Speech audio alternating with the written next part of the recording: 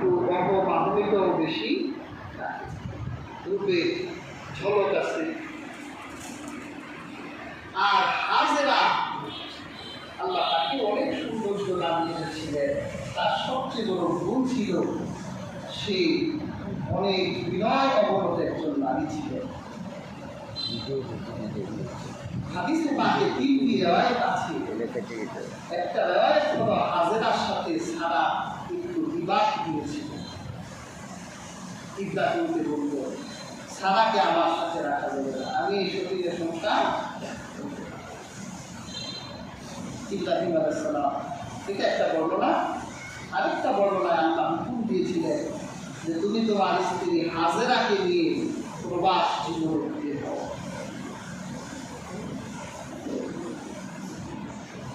ইব্রাহিম তারপর তার সদ্য জন্ম নেওয়া শিশু ইসমাইল কেবলই জন্মগ্রহণ করেছেন, 1 মাসও সফল হয়নি। ইব্রাহিম আলাইহিস সালাম সদ্য জন্ম নেওয়া শিশুটিকে সাথে করে হাজেরাকে সাথে নিয়ে তিনি পবিত্র মক্কা নগরের দিকে রওনা হলেন। দীর্ঘদিন পর্যন্ত পথ চললে অবশেষে জনমানবহীন প্রান্ত, চারদিক শুধু মরুভূমি আর জঙ্গল আর চতুষ্পদ প্রাণী ছাড়া কিছু দেখা যায় না। এইরকম জনমানবহীন এক প্রান্তরে হাজেরাকে রেখে সন্তানকে হাজেরা তুলে দিয়ে ইব্রাহিম আলাইহিস সালাম বাড়ির দিকে রওনা। কি বলে, এক মরুভূমিতে একটা নারী দুগ্ধপুষ্ট এক শিশু নিয়ে স্বাভাবিকভাবে বসবাস করতে পারে? সম্ভবই না। হাজেরা আলাইহিস সালাম ইব্রাহিম যখন বাড়ির দিকে রওনা হলে হাজেরা ইব্রাহিমের পেছনে পেছনে রওনা দিলে। কিছু দূর যাওয়ার পর হাজেরা বলল, কার কাছে রেখে যাচ্ছেন? এই জনমানবহীন প্রান্ত, চারদিক শুধু মরুভূমি, বাদল ছাড়া কিছু দেখা যায় না। আমার কাছে এক ফলে খেজুর আর 1 মশক পানি ছাড়া কিছুই নেই। এই 1 মশক পানি আর 1 ফলে খেজুর দিয়ে এই মরুভূমির প্রান্তরে টিকে থাকা যাবে না। কার কাছে রেখে যাচ্ছে? হযরত ইব্রাহিম এত বেশি দুঃখী ছিলেন, নিজের পেট ফুটে কণ্ঠ দিয়ে ভাষা বেরোচ্ছে না। একটা বারের জন্য পিছনের দিকে তাকায় না। নিজের আপন সন্তান 90 বছর পর্যন্ত অপেক্ষা করেছেন, সন্তান হয় না। আল্লাহ বৃদ্ধ বয়সে ইসমাইলকে দান করলেন। আর আল্লাহ পরীক্ষা দিলেন, এই সন্তান থেকে তোমাকে দূরে থাকতে হবে। যদি এই সন্তানের চেহারার দিকে ইব্রাহিম আলাইহিস সালাম নজর করেন, তার ভিতরে মায়া জন্ম নিতে পারে। এই জন্য একটা বারের জন্য পিছনে তাকালেন না। হাতের শাহাদাত আঙ্গুল আকাশের দিকে ইশারা করতেন। হাজেরা বুঝে ফেললেন হযরত ইব্রাহিম আল্লাহর কাছে রেখে যাচ্ছেন। হাজেরা বলছে, স্বামী আমার,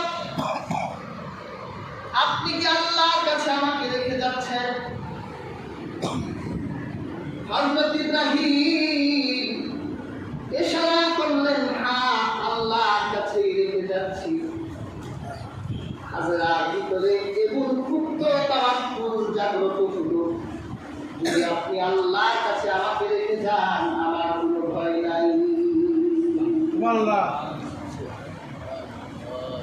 যার কেউ নাই তার কি আছে? আল্লাহ।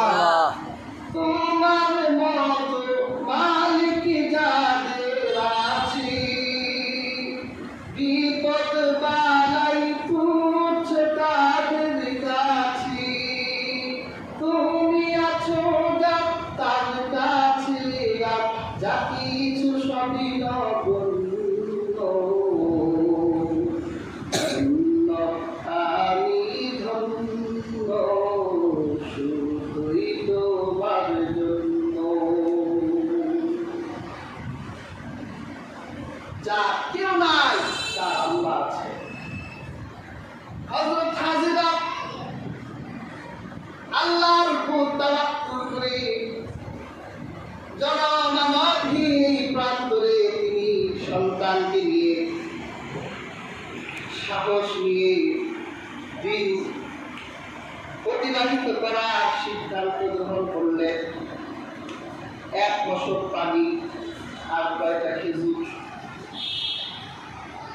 হযরত হাজেরা পানি খায়, খেজুর খায়, এইভাবে এখন তার জীবন অতিবাহিত করতে হবে। হযরত ইব্রাহিম চোখের পানি নিয়ে রওনা হলেন আরবের বিখ্যাত খোদা এলাকায় গিয়ে তিনি অনেক দূরে গিয়ে জনমানবহীন মরুভূমির দিকে এবার একটা নজর করেছেন। অনেক দূর গিয়ে নজর করেছে। আকাশে 2 হাত তুলে আল্লাহ রাব্বুল আলামিনকে বলতে লাগলেন, রব্বানা ইন্নী আসকানতু মিন যুররিয়াতি বিওয়াদিন গায়রি যী যার'ইন ইনদা বাইতিকাল মুহাররাম। হে আমার প্রতিপালক, আপনার পবিত্র ঘরের পাশে শস্যহীন প্রান্তরে আমার বংশধরদের মধ্য থেকে একজন বংশধরকে রেখে এলাম। আপনার পবিত্র ঘরের পাশে যে নগরে মরুভূমি কোনো শস্য জন্ম নেয় না, সেখানে রেখে এসেছি আমার বংশধরদের থেকে। রব্বানা লিয়ুকিমুস সালাতা ফাজআল আফইদাতাম মিনান নাসি তাহবি ইলাইহিম ওয়ারযুকহুম মিনাত তামারাতি লাআল্লাহুম ইয়াশকুরুন।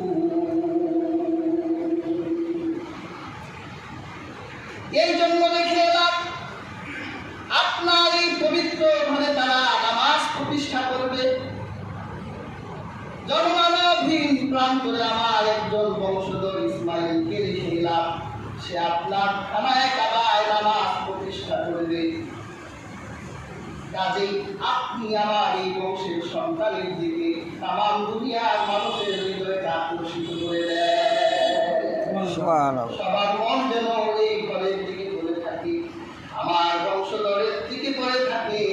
আর আল্লাহ আপনি তাদের জন্য রিজিক হিসেবে ফলমূলের ব্যবস্থা করে দেন। যদি আপনি তাদের ফল ফসলের ব্যবস্থা করে দেন, তাদেরকে আপনার শুকরগুজারি বান্দা হিসেবে পাবেন। হযরত ইব্রাহিম অনেক দূরে গিয়ে দোয়াটা করে চলে গেছে। প্যার হাজির, 1 দিন 2 দিন 3 দিন হাজেরার খিজুর শেষ হয়ে গেল, পানি শেষ হয়ে গেল। এখন নিজের পেটে খাবার নাই, স্তনের দুধ কমে গেছে। ইসমাইল এখন আর বুকের ভিতরে দুধ পায় না। ক্ষুধার যন্ত্রণায় ইসমাইল কান্না করে। একজন মা নিজে ক্ষুধার কষ্ট সহ্য করতে পারে, সন্তানের ক্ষুধার যাতনা কোনো মায়ের সহ্য হয় না। হাজেরা কি করবেন? তিনি দেখতে পেলেন দূরে সাফা পাহাড়। চিন্তা করলেন একটু সাফা পাহাড়ের চূড়ায় গিয়ে দাঁড়াই, চারদিক তাকিয়ে দেখি কোনো মানুষ দেখা যায় কিনা। কোনো মানুষ পাওয়া গেলে তাদের কাছে একটু পানি প্রার্থনা করব। একটা দুধ দিলে আমি সে গোড়া ধরে ওই যে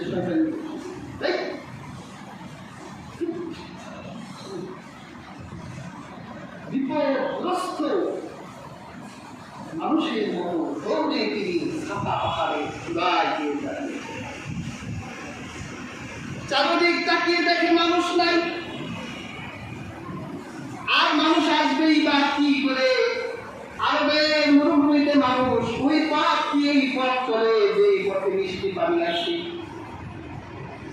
এই জায়গায় তো মিষ্টি পানি নাই, এখানে তো মানুষ আসার কোনো প্রশ্নই নাই। হাজরা আরেকটা পাহাড় দেখতে পেলেন, মারোয়া পাহাড়। দৌড়ে মারোয়া পাহাড়ের উপর গিয়ে দাঁড়ালেন। চারদিক তাকিয়ে দেখে মারোয়া পাহাড়ের নিচে কোনো মানুষ নাই। এইভাবে সে 7 বার সাফা থেকে মারোয়া আর মারোয়া থেকে সাফা পাহাড়ে দৌড়ালেন। মানুষ নাই। হঠাৎ করে কানে একটা আওয়াজ আসলো, তাকিয়ে দেখলেন আল্লাহর এক ফেরেশতা দাঁড়িয়ে আছেন। হযরত জিবরীল দাঁড়িয়েছিলেন। তিনি তার এক বর্ণনা এসেছে তার ডানা দিয়ে তিনি মাটিতে আঘাত করেছেন।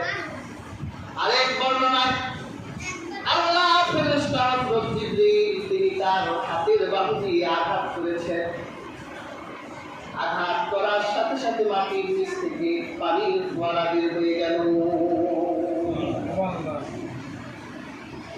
এই পানিকে বলে জমজম। পানি জমজম করে উঠল নিচ থেকে। হাজরা বলল, আপনি গিয়ে ওই ফেরেশতা বলল, তোমার স্বামী তোমার পুত্রবৎস সন্তান রেখে এখানে চলে গেছে। হ্যাঁ, কার উপর রেখে গেছে? আল্লাহর উপর রেখে গেছে। আমাকে আল্লাহ প্রেরণ করেছেন। তোমরা চিন্তা করো না, তোমরা কখনো ধ্বংস হবে না। তোমার এই সন্তান দিয়ে আর তোমার স্বামীকে দিয়ে আল্লাহ তারই ঘর নির্মাণ করাবেন। হাদিস পাকে এসেছে, আল্লাহ হাবিবের সাহাবী ইবনে আব্বাস রাদিয়াল্লাহু তাআলা আনহু বর্ণনা করেছেন, হযরত হাজরা তিনি দেখলেন পানি যখন চারদিকে ছড়িয়ে যাচ্ছে, তিনি চারদিক মাটি দিয়ে দেয়াল করলেন যাতে পানিটা চারদিকে ছড়িয়ে না যায়। আল্লাহ হাবিব বলেন, হাজরার উপর আল্লাহ রহম করুন, যদি সে চারদিক বেড়া না দিত তাহলে জমজমের পানিতে গোটা আরবে নদীর ফোয়ারা বয়ে যেত।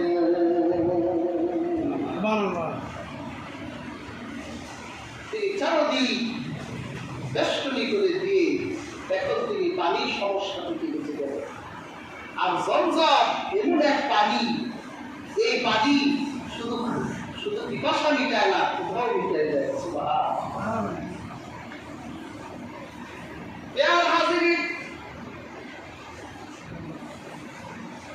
আমাদের এক বক্ত জুরহুম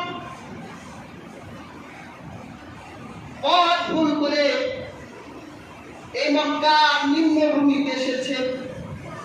হঠাৎ করে দেখে আকাশে পাখি উঠছে। ওরা চিন্তা করলো স্বাদু পানি যেখানে থাকে এই আকাশে পাখিরা উড়াউড়ি করে, কিন্তু আমাদের জানা মতে আরো ভূখণ্ডে কোনো স্বাদু পানির ফোয়ারা নাই। এই পাখিটা কেন আকাশে উঠছে? একজন ব্যক্তিকে পাঠালে একটু অনুসন্ধান করো। অনুসন্ধান করে জানতে পারলেন এখানে হাজরা নামের এক নারী তার সন্তান নিয়ে বসবাস করে, আর এখান থেকে মিষ্টি পানির ফোয়ারা চারিদিকে ছড়িয়ে পড়ে। কি করা যায়?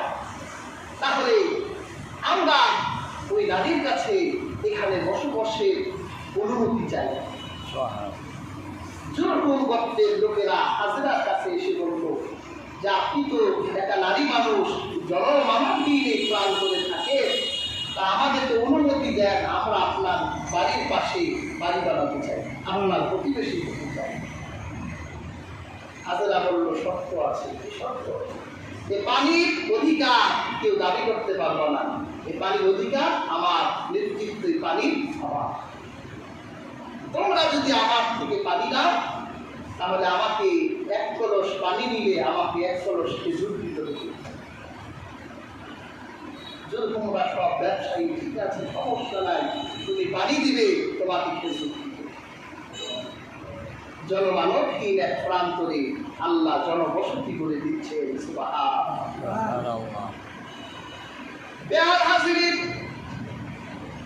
আল্লাহ পয়গম্বর হযরত ইব্রাহিম প্রায় আসতে সন্তানটিকে চোখের নজর দেখে যেতে।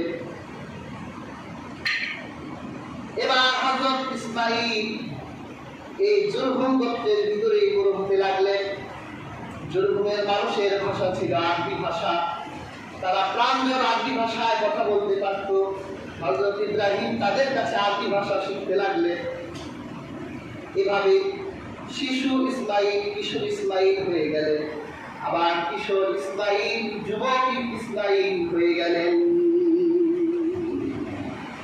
হয়ে গেছে। হাজরা ইন্তেকাল করল। জুরহুমের নেতারা ধরল, বাবা তোমার মা মরে গেছে, বিয়ে শাদী করতে হয়। ইসমাঈল আলাইহিস সালাম জুরহুমের এক কন্যা নিয়ে করলেন। বাবার কাছে, এটা বুখারীতে হাদিসটা এসেছে, বড় হাদিস। বাবার কাছে হযরত ইব্রাহিম চিঠি লিখলেন, আব্বা বিয়ে করেছি, বৌমা দেখে যান।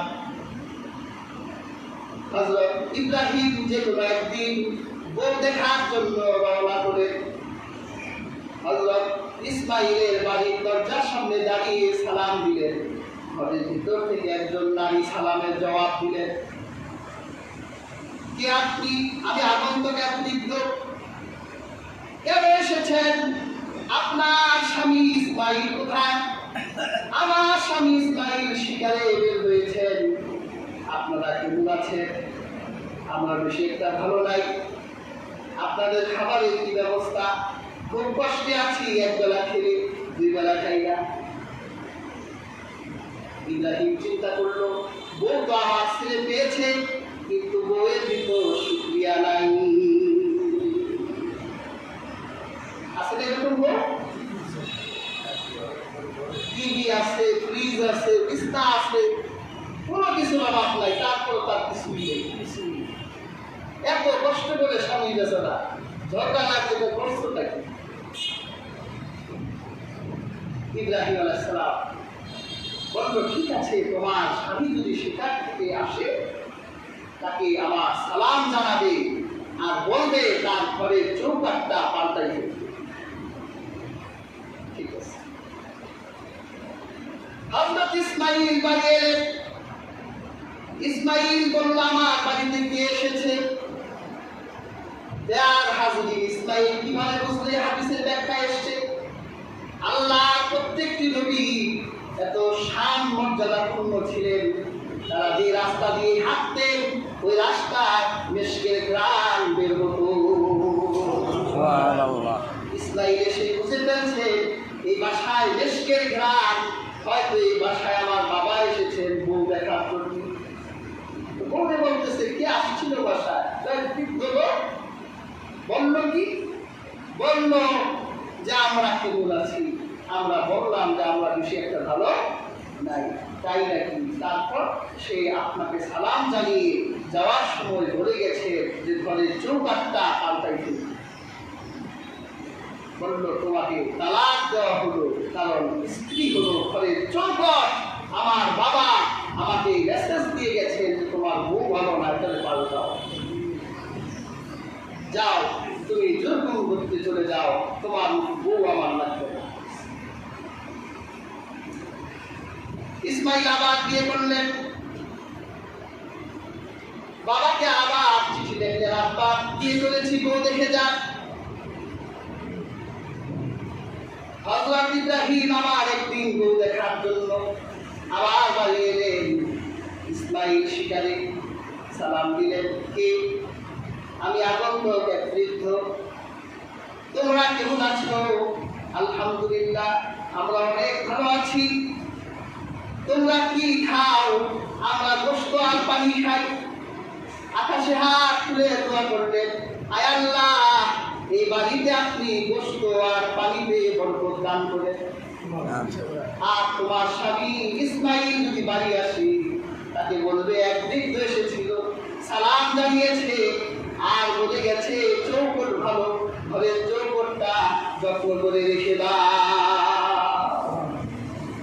ঠিক আছে, ইসমাইল আসলেন। কে এসেছিল? এক বৃদ্ধ লোক এসেছিল। সে কি বলেছে? সে আমরা কেমন আছি জিজ্ঞাসা করেছিল। আমরা আল্লাহ প্রশংসা করেছি, আমরা ভালো আছি বলেছি। আর কি বলেছে?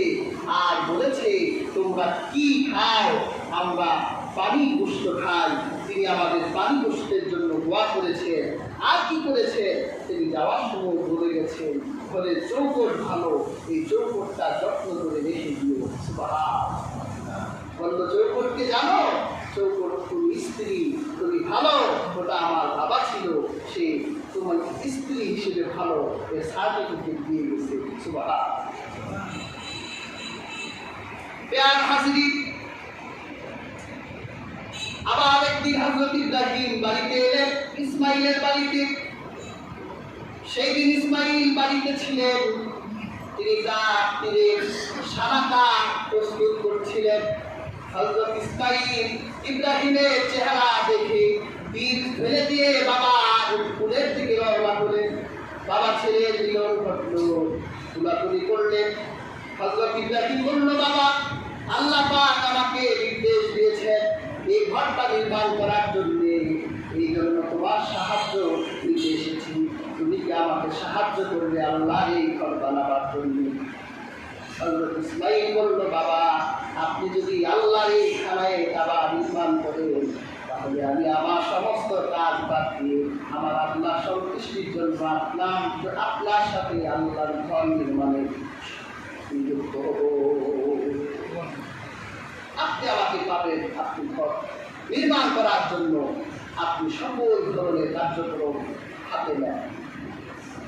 প্যার হাজরি, হযরত ইব্রাহিম আলাইহিস সালাম তিনি তার সন্তান ইসমাইলকে নিয়ে দীর্ঘদিন পর্যন্ত কষ্ট করে পরিশ্রম করে আল্লাহ পবিত্র খানায় কাবা ঘরটা নির্মাণ করেছে। এখানে হাজরে আসওয়াদ আছে। যখন কাবা ভিত্তি দ্বারা নির্মাণ করছিলেন, একটা পর্যায়ে গিয়ে আর উপরে কিভাবে ভিত্তি ইটগুলো তিনি দিবেন, এজন্য সে আর কোনো ক্যালকুলেশন খুঁজে পাচ্ছিল না যে কিভাবে আর উপরে গাঁথনি দেওয়া যায়। তখন আল্লাহ পাক হযরত ইব্রাহিমকে হাজরে আসওয়াদ দিয়েছিলেন। এই হাজরে আসওয়াদ পাথরের উপর তিনি যখন দাঁড়াতেন, এই পাথরটা তাকে উপরে উঠাই নিত। তিনি গাঁথনি দিতেন, আবার তাকে নামাই দিতেন। এটা লিফট। এই লিফটের থিওরি হযরত ইব্রাহিম 1000 বছর আগে দুনিয়া বাতিল করে গেছে। সুবহানাল্লাহ। যখন আল্লাহ খানায় কাবা নির্মাণ হয়ে গেল, বাবা ছেলে আল্লাহর কাছে হাত তুলে দোয়া করতে লাগলেন, রব্বানা তাকাব্বাল মিন্না ইন্নাকা আনতাস সামিউল আলিম।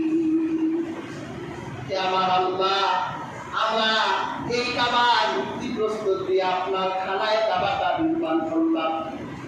আমরা যে এই যে খানায় কাবা নির্মাণ করলাম, আপনার এই ঘরটা বানালাম, যদি আপনি আল্লাহ আমাদের এই কষ্টকে কবুল না করেন, তাহলে আমাদের এই কষ্ট তো বন্ধ হয়ে যাবে। এই জন্য আপনার খানায় কাবা নির্মাণ করার পর বাবা ছেলে আল্লাহর কাছে হাত তুলে কোরআনে এসেছে, ইব্রাহিম হাত তুলে আল্লাহর কাছে দোয়া করলেন, রব্বানা তাকাব্বাল মিন্না ইন্নাকা আনতাস সামিউল আলিম। আল্লাহ, আপনি আমাদের এই কষ্টকে কবুল করে নেন। সুবহানাল্লাহ। এই কষ্টকে আল্লাহ কবুল করলেন। কেমন কবুল করলেন? আজ থেকে হাজার হাজার বছর আগে ইব্রাহিম দোয়া করে গেলেন, আল্লাহ তার এই কষ্টকে এমন ভাবে কবুল করলেন, গোটা দুনিয়ার যে প্রান্তে মুসলমান থাকবে, ওই মুসলমানের মনটা আল্লাহর খানায় কাবার দিকে থাকতে হয়।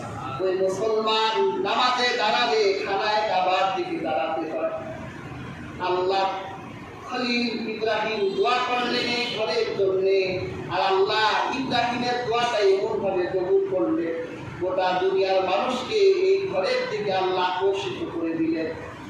শুধু তাই নয়, উম্মতে মুসলিমার মধ্যে আল্লাহ যাদেরকে সামর্থ্য দিয়েছেন, ধন দিয়ে, শক্তি দিয়ে, আল্লাহ তাদের জন্য এই ঘরের সাক্ষাৎকে খরচ করে দিয়েছে।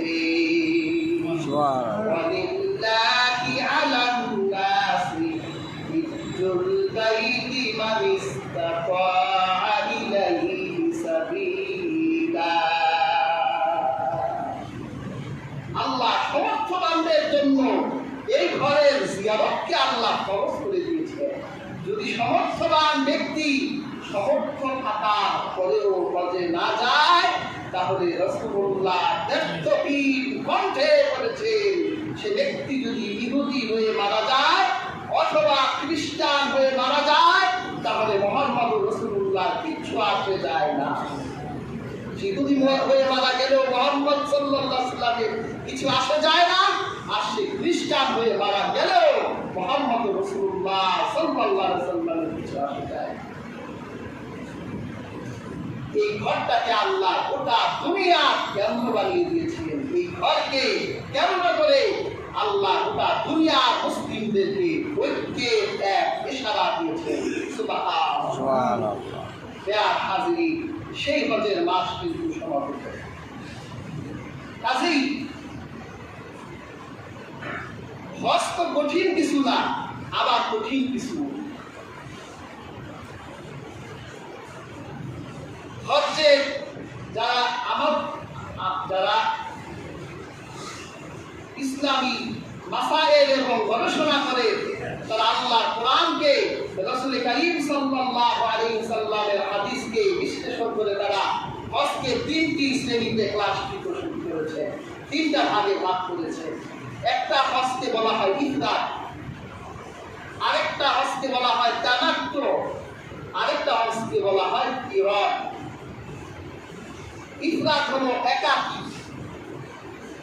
একটি ইহরামে হজ সম্পূর্ণ করা।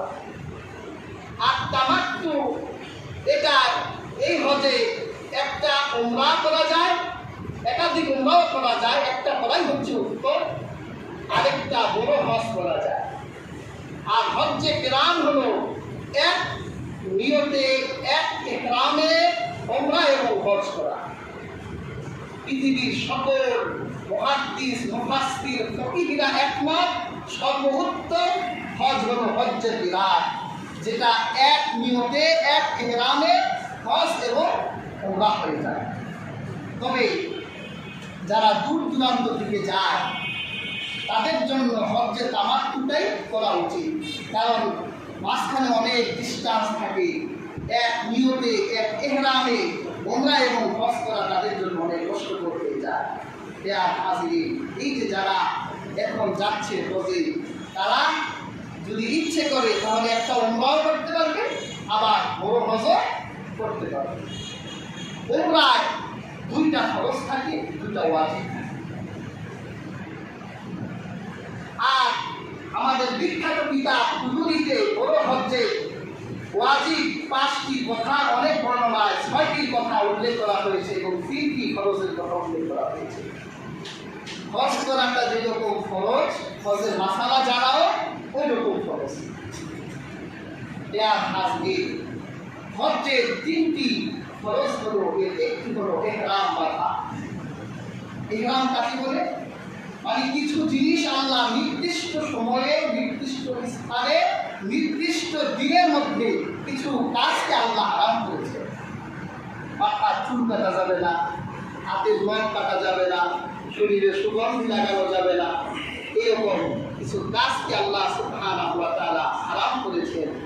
এই ইহরাম যারা বাংলাদেশ থেকে যায়, ইহরামের কিছু আদাব আছে, যেমন প্রথম নিয়ত করতে হয়, এরপর গোসল অথবা ওযু। আপনি যেখান থেকে ইহরাম করবেন সেখানে গোসল করা সম্ভব হলে গোসল করে নেবেন, অথবা বাড়ি থেকে যদি কেউ গোসল করে এয়ারপোর্টে যায় সেখান থেকে ইহরাম করবে, তাহলে ওই পর্যন্ত যদি তার গোসলের পবিত্রতা থাকে তাহলে ওটা গোসলের ইহরাম হয়ে যাবে। আর যদি ওই পর্যন্ত তার ওযু না থাকে তাহলে ওখানে গিয়ে সে ওযু করে সে ইহরামের নিয়ত করবে। সেলাইবিহীন দুইটি কাপড়টা পরিধান করতে হবে, ডান বগলের উপর দিয়ে কাপড়টা পেঁচাই দিতে হবে। এরপর তার 2 রাকাত নামাজ আদায় করতে হবে। তারপর তাকে তালবিয়া পাঠ করতে হবে, লাব্বাইক আল্লাহুম্মা লাব্বাইক লাব্বাইক লা শারীকা লাকা লাব্বাইক ইন্নাল হামদা ওয়ান নি'মাতা লাকা ওয়াল মুলক লা শারীকা লাকা লাব্বাইক। এই তালবিয়াটা পড়ে তাকে বিমানে উঠে যেতে হবে। ইহরাম কাজ শুরু হয়ে গেছে, তার ইহরামের ফরজ আদায় হয়ে গেছে। সে যখন আল্লাহ খানায়ে কাবায় পৌঁছে যাবে, বড় হজ্জে তার 9 তারিখে আরাফার মাঠে উপস্থিত থাকবে। সেখানে গিয়ে তাকে ফজরের নামাজ আদায় করে সূর্য অস্তের আগ পর্যন্ত তাকে আরাফার মাঠে থাকতে হবে। একজন মানুষের জীবনে সবচেয়ে বড় আমল হলো আরাফাতের মাঠের আমল। সুবহানাল্লাহ।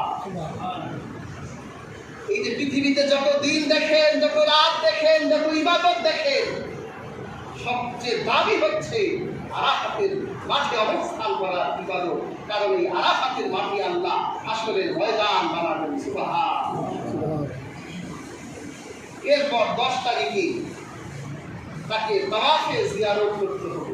সেই দিন আরো অনেক কাজ থাকে, মাথা মুন্ডন করতে হয়, মুহাল্লিকিনা রুউসাকুম ওয়া মুবাসসিরিন, সাই করতে হয়, সাফা মারওয়ায় দৌড়াতে হয়। তবে সেই দিনের খরচ হলো তাকে আল্লাহ খানায়ে কাবা তাওয়াফ করতে হবে। এখানে অনেকে তাওয়াফ করতে গিয়ে ভুল করে। কাবার 4টা কর্নার আছে, একটা কর্নারে হাজরে আসওয়াদ,